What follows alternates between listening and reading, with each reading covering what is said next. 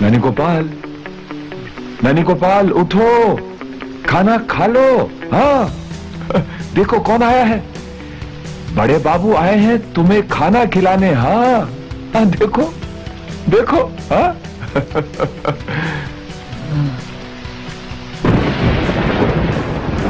तुम बहुत बहादुर हो नानी गोपाल, तुम जीत गए। उठो,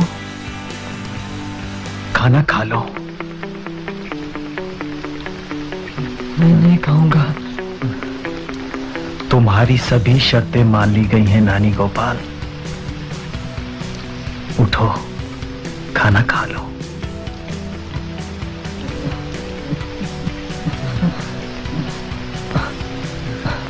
आपने भी तो कई दिनों से कुछ नहीं खाया। मैं भी खाऊंगा, तुम तो खाओ।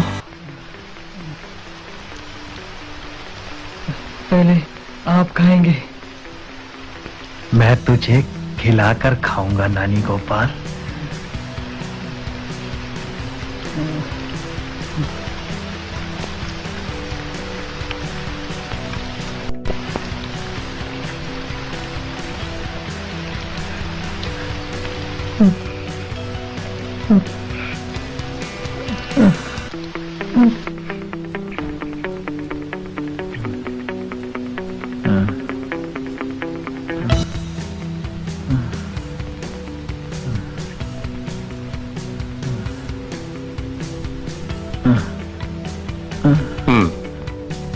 पहले से काफी फर्क है। बस कुछ दिनों के लिए आराम की जरूरत है। डॉक्टर दामोदर, मैं आपका हमेशा कृतज्ञ रहूंगा। आपने सचमुच मेरे जैसे अनेक बंदियों की सेवा की है। It's my duty. मेरे ट्रांसफर के ऑर्डर्स आ गए हैं। कोई चिट्ठी भेजनी हो तो कल शाम तक दे देना। आपको कुछ दवाइयों की जरूरत है, मैं सुपरिंटेंडेंट साहब से कहकर आपके लिए मंगवा देता हूं, ठीक है? Doctor. Yes sir. Mister Savarkar के लिए जो भी मेडिसिन चाहिए आप ले। Yes. No need of mention. He should get cured completely. Sure. Well mister Savarkar, मैं आपके लिए कुछ गुड न्यूज लेकर आया हूं। एक तो मैं जानता हूं,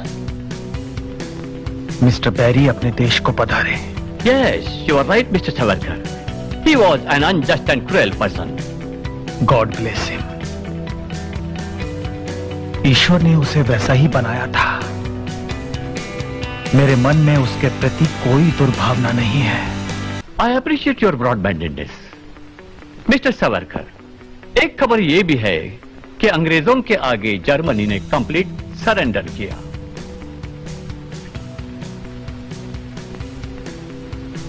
मुझे आपको प्रसन्न देखकर प्रसन्नता हुई। जर्मन आपकी स्वतंत्रता नहीं छीन पाए, अच्छा हुआ। परंतु ऐसे अवसर पर अंग्रेजों को यह भी तो सोचना चाहिए कि उन्होंने कितने देशों की स्वतंत्रता छीन रखी है। बट मिस्टर सावरकर, मैं तो इस बात के लिए खुश हूं कि अंडमान के बहुत से कैदियों को स्वतंत्र किया जा रहा है। It's a good news.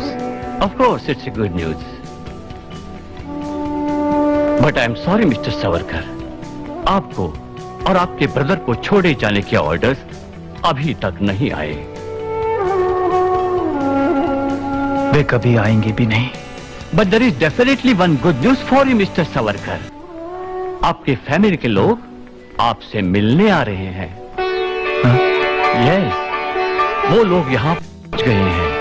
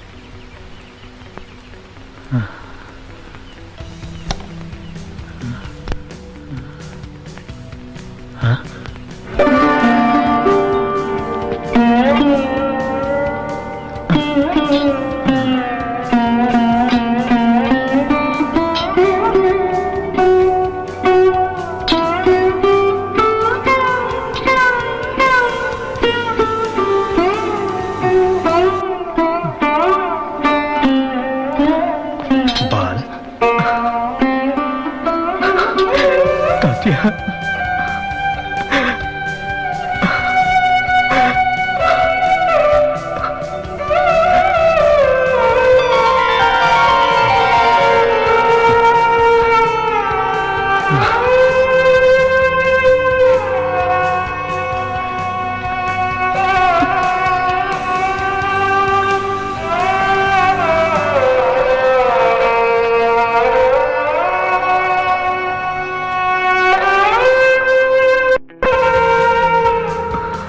भाभी कहाँ है?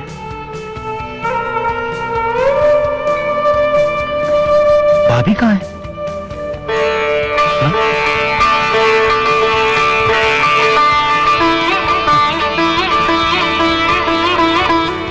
भाभी कहाँ है? हाँ?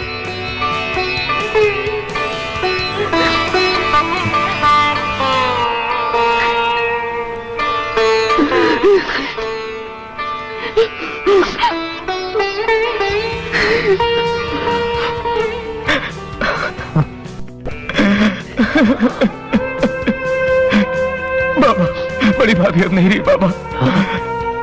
वो हमें छोड़कर हमेशा के लिए चली गई।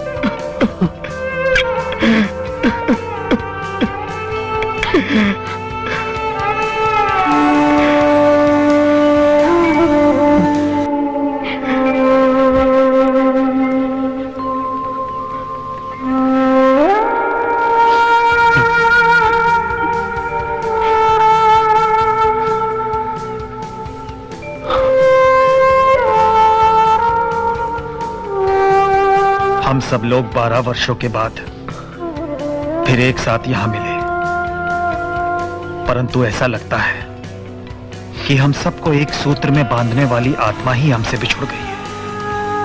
आप दोनों को देखने की आशा में ही जी रही थी वो, लेकिन जब हमें यहां आने की अनुमति मिली वो उसके पहले ही चल बसी। जीवन रूपी कहानी के पात्र इसी तरह एक एक करके बिछुड़ते हैं। बाबा राव का पुनर्जन्म में दृढ़ विश्वास है।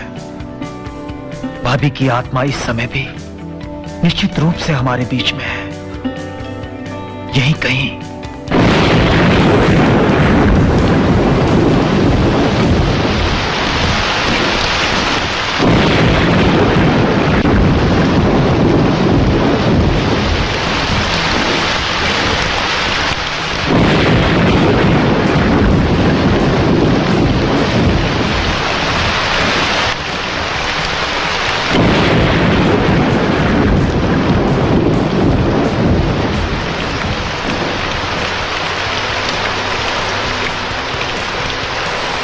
आप यहां क्यों खड़े हैं?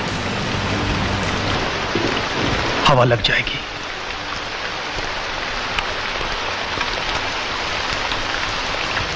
आपका स्वास्थ्य वैसे भी ठीक नहीं रहता, डॉक्टर से चेकअप कराइए ना। नहीं तात्या, अब मैं ये देखना चाहता हूं कि कष्ट सहने की अंतिम सीमा क्या है। वो तो भाभी के ना रहने से आपने देख ली। वो मानसिक कष्टों की सीमा थी, शारीरिक कष्टों की सीमा देखना अभी बाकी।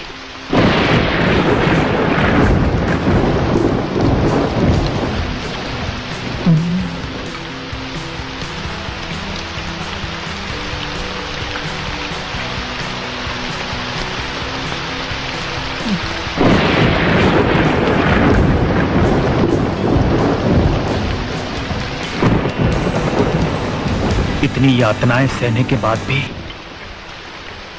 हमने संघर्ष नहीं छोड़ा।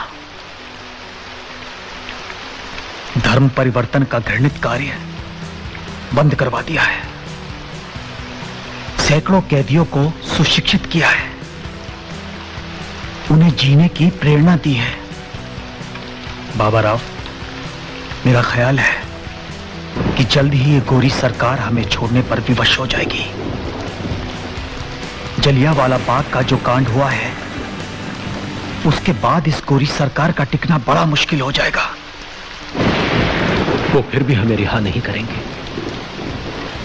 तात्या, वो जानते हैं कि उनके विरुद्ध हम जो लड़ाई लड़ रहे हैं उसे अंतिम सांस तक लड़ने की हमने शपथ ली है। छूट कर भी हम चुप नहीं बैठेंगे। आप सच कह रहे हैं बाबा राव। फिर भी देश में आंदोलन होने लगे हैं। हमारी रिहाई के लिए 75,000 लोगों ने हस्ताक्षर किए। तिलक, इन कारणों से छूटकर कहीं हमारी साधना तो हल्की नहीं पड़ेगी तात्या। ये आप क्या कह रहे हैं? सैकड़ों लोगों की इच्छा और सद्भावना के कारण तो हमारी मुक्ति और भी स्वीकरणीय होगी। वैसे भी यहां से जाने के बाद हमें देश और समाज की ही तो सेवा करनी है।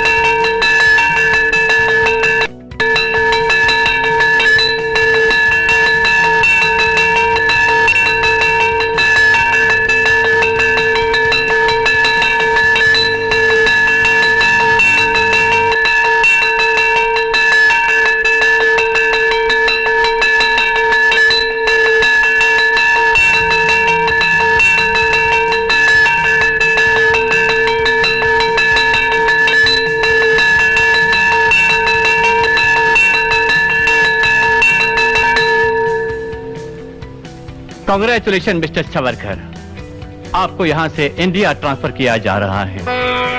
Now you free from Kalapani. आपका ब्रदर भी आपके साथ जाएगा। आई होप इंडिया वापस जाने के बाद यहां बिताए हुए 10-11 साल आपको याद भी नहीं रहेंगे। नहीं सुपरिंटेंडेंट साहब, यहां बिताए हुए हर पल ने मेरे संकल्प को और भी शक्ति दी है। इन्हें मैं कभी नहीं भूल सकता sir. Best of luck mister Savarkar. Thank you very much sir.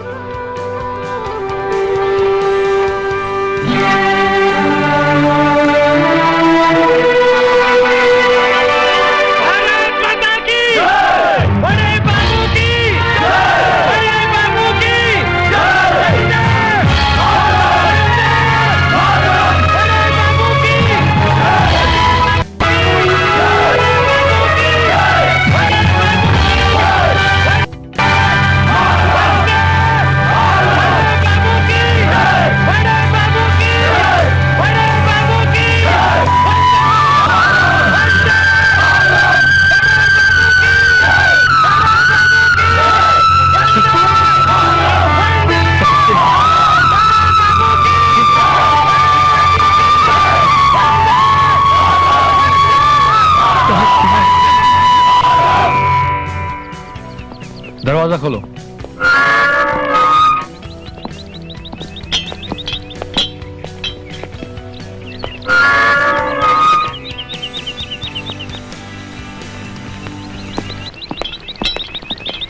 Bharat माता की जय! भारत माता की जय! वंदे वंदे भारत माता की जय! वंदे भारत माता की जय! भारत माता की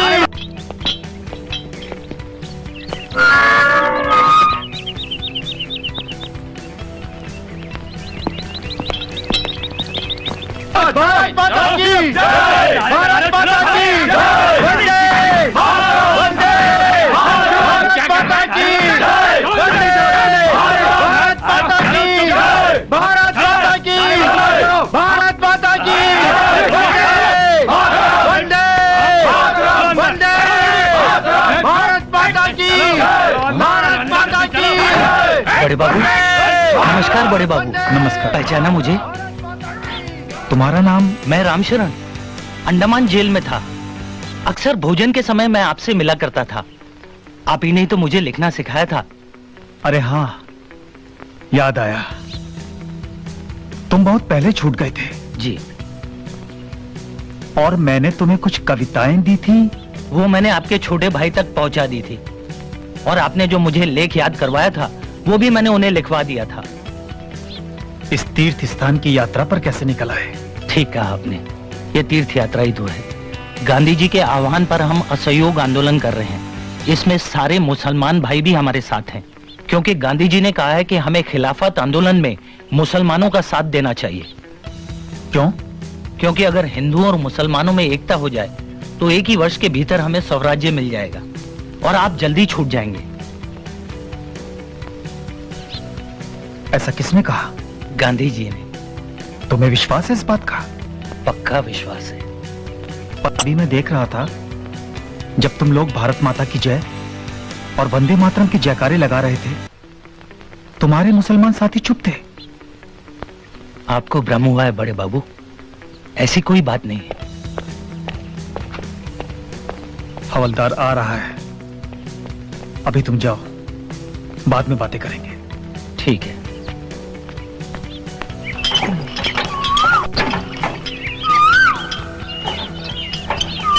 आ जाओ।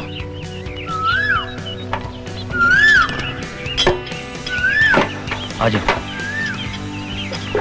नमस्कार बड़े बाबू, ये मेरे कुछ साथी हैं, मेरे साथ खिलाफत आंदोलन में हैं। ये अजमल है। आदाब। ये हुसैन है। आदाब। और ये शाहबुद्दीन। आदाब। ये सावरकर हैं, विनायक सावरकर। वही सावरकर जिन्होंने जहाज के ऊपर से समुद्र में छलांग लगाई थी? हाँ हाँ, 11 बरस काला पानी में रहने के बाद अब ये यहाँ आए हैं। 11 बरस? हाँ। जनाब, आपको कितने बरसों की कैद हुई है? 50 वर्षों की, 2 उम्र कैद हैं। क्या मैं आपसे बात पूछ सकता हूँ? पूछिए। आप वंदे मातरम और भारत माता की जय के नारे क्यों नहीं लगा? हम इस तहरीक में इसलिए शामिल हुए हैं कि अंग्रेज तुर्की पर अपना कब्जा ना जमाए। उन्होंने तुर्की को युद्ध में जीता है, मगर वहां के बादशाह को हम अपना खलीफा मानते हैं। वो इस्लाम की नुमाइंदगी करता है और अंग्रेजों को क्या हक है कि वहां की हुकूमत को बर्खास्त कर दे। इसीलिए दुनिया भर के मुसलमान एहतजाज कर रहे हैं। गांधी जी तो मुसलमान नहीं, वो फिर भी तुम्हारी मदद कर रहे हैं। तभी तो हम उनके शुक्रगुजार हैं। मगर गांधी जी तो अहिंसावादी हैं, वो तो हथियार उठाने के विरोधी हैं। क्या तुम भी हो? नहीं, हम मुसलमान हैं। अगर वक्त आया तो हम हथियार भी उठाएंगे। अगर तुम गांधी जी की शिक्षा ही नहीं मानते तो उनके साथ क्यों हो? हम गांधी जी के साथ नहीं हैं, गांधी जी हमारे साथ हैं। गांधी जी क्यों मुसलमानों को उकसा रहे हैं कि तुर्की का बादशाह ही तुम्हारा बादशाह है? क्या वो समझते हैं कि मुसलमान पहले मुसलमान है और बाद में हिंदुस्तानी? मैं अब समझ गया कि मोपला मुसलमानों ने खिलाफत आंदोलन के जोश में आकर हिंदुओं पर इतने अत्याचार क्यों किए। क्यों वहां हजारों हिंदुओं की हत्या कर दी गई, हजारों हिंदुओं को मुसलमान बना दिया गया, सैकड़ों औरतों का शील भंग किया गया, बच्चों को काट दिया गया। फिर भी ये हिंदू खिलाफत आंदोलन में उनका साथ क्यों दे रहे हैं? क्यों? किसने इन्हें गुमराह कर दिया? मैं इन्हें बताऊंगा कि वो क्यों गुमराह हो गए हैं। वो भूल गए हैं कि वो हिंदू हैं। उन्हें इस बात का ज्ञान नहीं कि हिंदुत्व क्या है। क्या है हिंदुत्व? हिंदू हमारा नाम है और हिंदुस्तान हमारी मातृभूमि है। सभी हिंदू एक हैं, हमारा राष्ट्र एक है। एक राष्ट्र, एक जाति और एक संस्कृति के आधार पर ही हम हिंदुओं की एकता आधारित है।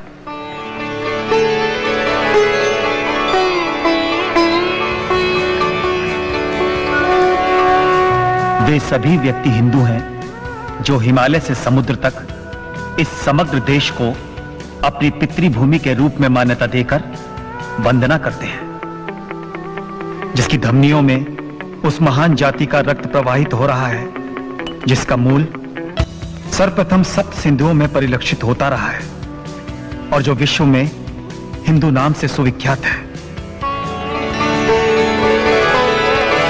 हमारा कर्तव्य है कि हम देश में रहने वाले हिंदुओं, मुसलमानों, ईसाइयों और यहूदियों में यह पवित्र भाव जागृत कर सकें कि हम सब सबसे पहले हिंदुस्तानी हैं और उसके बाद कुछ और।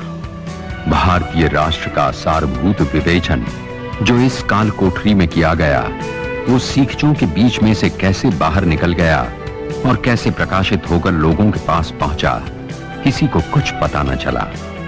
उधर अंग्रेज सरकार अपार